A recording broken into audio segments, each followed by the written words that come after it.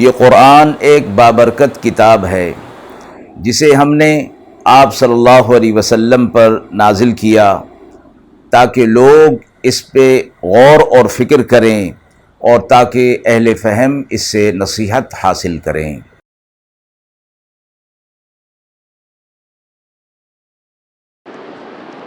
بسم اللہ الرحمن الرحیم۔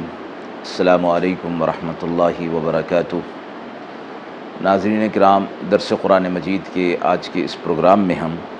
سورہ یوسف کی آیت نمبر 67 تا 69 کا ترجمہ اور تفسیر پیش کر رہے ہیں، اور آخر میں پوچھے گئے سوال کا جواب ہوگا۔ اعوذ باللہ من الشیطان الرجیم، بسم اللہ الرحمن الرحیم۔ وقال يا بني لا تدخلوا من باب واحد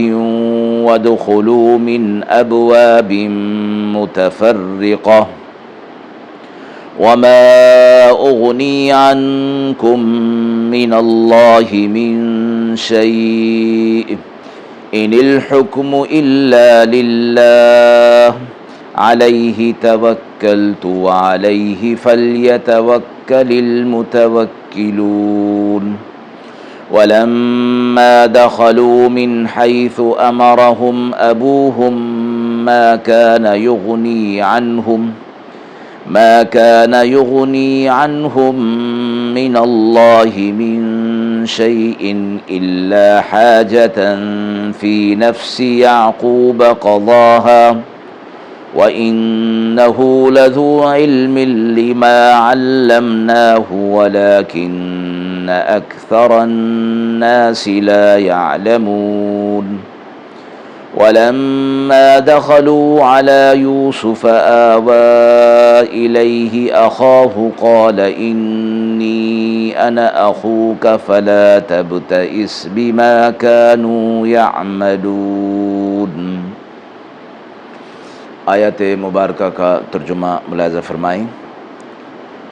اور کہا، اے بیٹو، داخل نہ ہونا ایک دروازے سے اور داخل ہونا مختلف دروازوں سے، اور میں نہیں بچا سکتا تمہیں اللہ کی کسی بات سے۔ حکم کسی کا نہیں سوا اللہ کے، اسی پر مجھے بھروسہ ہے اور اسی پر بھروسہ کرنے والوں کو بھروسہ کرنا چاہیے۔ اور جب داخل ہوئے جہاں سے کہا تھا ان کے والد نے، کچھ نہیں بچا سکتا تھا ان کو اللہ کی کسی بات سے مگر ایک خواہش تھی یعقوب علیہ السلام کے نفس کی، سو پوری کر چکا، اور وہ تو خبردار تھا جو کچھ ہم نے اسے سکھایا تھا، لیکن بہت سے لوگوں کو خبر نہیں۔ اور جب داخل ہوئے یوسف علیہ السلام کے پاس، اپنے پاس رکھا اپنے بھائی کو، کہا، بے شک میں تیرا بھائی ہوں، سو غمگین مت ہونا ان کاموں سے جو انہوں نے کیے ہیں۔ مذکورہ آیات میں برادران یوسف علیہ السلام کا مصر کی طرف دوبارہ سفر کا تذکرہ ہے کہ جب انہوں نے اپنے والد یعقوب علیہ السلام سے بنیامین کو ساتھ لے جانے کی درخواست کی، اور یعقوب علیہ السلام نے ان سے عہد و پیمان کر لیا اور اس پر اللہ کو وکیل مقرر کر لیا، نگہبان مقرر کر لیا، تو یعقوب علیہ السلام نے اپنے بیٹوں کو ہدایت دی کہ جب وہ مصر میں داخل ہوں تو وہ 11 کے 11 بھائی ایک دروازے سے داخل نہ ہوں، بلکہ شہر پناہ کے مختلف جو دروازے ہیں اس سے داخل ہوں۔ سبب اس نصیحت کا یہ فرمایا گیا کہ یہ اندیشہ تھا کہ یہ سب نوجوان تھے، صحت مند، قد آور، صاحب جمال اور وجاہت، ایسا نہ ہو کہ لوگوں کو یہ معلوم ہو کہ یہ سب ایک ہی باپ کی اولاد ہیں اور بھائی ہیں، تو ان کو نظر بد لگ جائے جس سے ان کو کوئی تکلیف پہنچے، اور یا لوگ جو ہے ان سے حسد کرنے لگیں اور انہیں تکلیف پہنچائیں۔ یعقوب علیہ السلام نے ان کو یہ نصیحت پہلے سفر میں نہیں کی تھی۔ اس کی وجہ یہ تھی کہ اس وقت یہ لوگ ایک مسافرانہ طور پر مصر میں داخل ہو رہے تھے، اور جس طرح کے اور لوگ غلہ کی خرید کے لیے بادشاہ مصر کے پاس جا رہے تھے، یہ بھی اسی طرح جا رہے تھے، لیکن اب دوسری مرتبہ ان کا وہاں جانا اور پھر بادشاہ مصر کا ان کے اوپر مہربان ہونا، یہ بھی لوگوں کی نظروں میں آ چکا تھا۔ اس لیے یعقوب علیہ السلام نے انہیں یہ نصیحت کی۔ اور تیسری بات اس میں یہ فرمائی گئی کہ بنیامین بھی ان کے ساتھ تھے، اس وجہ سے بھی حفاظت کے نقطہ نظر سے یعقوب علیہ السلام نے انہیں یہ نصیحت فرمائی تھی۔ یعقوب علیہ السلام نے فرمایا کہ ساری تدبیریں تو بنیامین کی واپسی کی حفاظت کی کر لی گئی ہیں، لیکن کچھ چیزیں ایسے بھی ہوں گی کہ وہ تدبیریں ناکام ہو جائیں گی اور ان کا استطاعت اور ان کی اختیار جو ہے وہ اس میں نہیں رہے گا۔ ایسا ہی ہوا کہ وہ ساری تدبیریں ناکام ہو گئیں اور بنیامین کو حضرت یوسف علیہ السلام نے پہچان کر اپنا بھائی، ذاتی بھائی سمجھ کر ان کو اپنے پاس روک لیا، جس کے نتیجے میں یعقوب علیہ السلام کو ایک دوسرا شدید صدمہ پہنچا اور کہ ان کی تدبیر بھی ناکام ہو گئی۔ اس لحاظ سے تدبیر کا ناکام ہونا، اگرچہ نظر بد یا حسد وغیرہ سے بچنے کی تدبیر تو کامیاب ہو گئی کہ اس سفر میں ایسا واقعہ پیش نہیں آیا، مگر تقدیر الہی کے سامنے تو ہر شخص جو ہے وہ بے بس ہے۔ تو یہ فرمایا گیا۔ اس کے بعد یعقوب علیہ السلام نے یہی فرمایا تھا کہ میں تمہیں اللہ تعالیٰ کی مشیت اور اس کے ارادے سے نہیں بچا سکتا، اور میں بھی اسی پر بھروسہ کرتا ہوں، اور ہر بھروسہ کرنے والے کو اللہ کی ذات پر ہی بھروسہ کرنا چاہیے۔ آیت کے آخر میں یعقوب علیہ السلام کی مداح اور تعریف ان الفاظ میں کی گئی کہ اللہ تعالیٰ نے تو انہیں علم دے دیا تھا، اور اسی وجہ سے وہ اپنی تدبیر کو اللہ تعالیٰ کی ذات پر ہی منحصر فرما رہے تھے، اور یہ کہہ رہے تھے کہ میں کسی چیز کا اختیار نہیں رکھتا،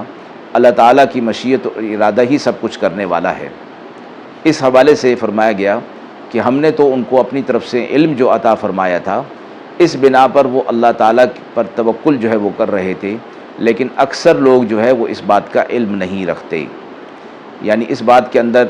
یہ اشارہ اور یہ سبق اور نصیحت موجود ہے کہ اور لوگوں کو بھی اس طرح کے معاملات کے اندر، اپنے زندگی کے معمولات کے اندر بھی اللہ تعالیٰ کی ذات پر توکل اور بھروسہ کرنا چاہیے۔ پھر جب مصر پہنچ گئے تو یہ سب بھائی یوسف علیہ السلام کے دربار میں حاضر ہو گئے۔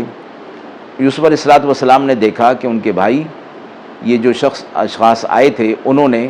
اپنے وعدے کو پورا کیا اور اپنے چھوٹے بھائی کو جو اس وقت نہیں لائے تھے، اب اپنے وعدے کے مطابق لے آئے ہیں۔ تو یوسف علیہ السلام نے بنیامین کو اپنے ساتھ خاص ٹھہرا لیا، اور اس کی تدبیر انہوں نے یہ کی کہ سب بھائیوں کو ایک کمرے میں دو کو مقرر کیا۔ تو 10 بھائی تھے تو 5 کمروں کے اندر 10 بھائی آ گئے، اور اس طرح یہ چھوٹا بھائی جو ہے وہ الگ ہو گیا۔ تو یوسف علیہ السلام نے اسے اپنے ساتھ ٹھہرا لیا، اور جب تنہائی کا موقع آیا تو یوسف علیہ السلام نے بنیامین سے کہہ دیا کہ میں ہی تمہارا حقیقی بھائی اور یوسف ہوں، اب تمہیں کوئی فکر کرنے کی ضرورت نہیں، اور جو کچھ بھائیوں نے میرے ساتھ اور تمہارے ساتھ کیا، اس سے گھبرانے کی اب تمہیں ضرورت نہیں ہے۔ آیت کے حوالے سے سوال پوچھا گیا ہے کہ نظر بد کیا ہے اور اس کا اثر کیسے زائل کیا جاتا ہے۔ یعقوب علیہ السلام نے اپنے بیٹوں کو جو نصیحت فرمائی تھی کہ وہ جب مصر کے شہر میں داخل ہوں تو شہر پناہ کے جو دروازے ہیں ان سے بیک وقت داخل نہ ہوں، بلکہ الگ الگ دروازوں سے داخل ہوں۔ تو اسی حسد اور نظر بد سے بچنے کے لیے انہوں نے یہ تدبیر کی تھی۔ کسی انسان کو انسان کی نظر لگ جانا اور اس سے کسی دوسرے انسان کا یا جانور وغیرہ کا نقصان یا تکلیف ہو جانا، یہ برحق ہے، یہ کوئی وہم وسوسہ یا جاہلانہ بات ہرگز نہیں ہے۔ اس لیے یعقوب علیہ السلام کو اس کی فکر ہوئی تھی۔ جناب رسول اللہ صلی اللہ علیہ وسلم نے بھی اس بات کی تصدیق فرمائی ایک حدیث مبارکہ میں ہے کہ نظر بد ایک انسان کو قبر میں اور ایک اونٹ کو ہنڈیا میں داخل کر دیتی ہے۔ اس لیے رسول اللہ صلی اللہ علیہ وسلم نے جن چیزوں سے پناہ مانگی اس میں، اور پناہ مانگنے کی تلقین فرمائی، اس میں یہ نظر بد بھی ہے، اور فرمایا کہ میں پناہ مانگتا ہوں نظر بد سے۔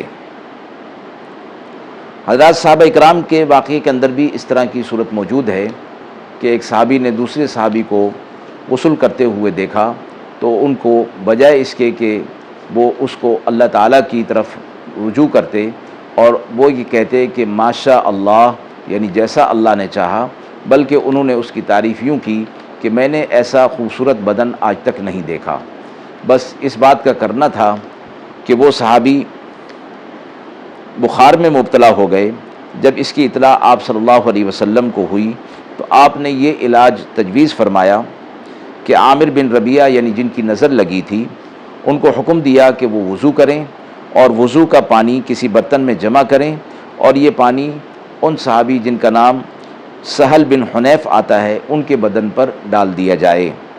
ایسے ہی کیا گیا تو فوراً ان کا بخار اتر گیا اور وہ بالکل تندرست ہو گئے، اور جس مہم پر وہ آپ صلی اللہ علیہ وسلم کے ساتھ جا رہے تھے اس مہم پر وہ روانہ ہو گئے۔ اس بات سے یہ بات معلوم ہو گئی کہ جب کوئی شخص کسی دوسرے کی جان و مال میں کوئی اچھی اور حیرت انگیز اور تعجب انگیز بات دیکھے تو اسے چاہیے کہ اس کے لیے یہ دعا کرے کہ اللہ تعالیٰ اس کو اس میں برکت عطا فرمائے، اور بعض روایت میں ہے کہ ما شاء اللہ لا قوت الا باللہ کہنا چاہیے، اس سے نظر بد کا اثر نہیں ہوتا۔ اور یہ بھی معلوم ہو گیا کہ کسی کی نظر بد لگ جائے تو نظر لگانے والے کے ہاتھ پاؤں اور چہرے کو دھو کر وہ پانی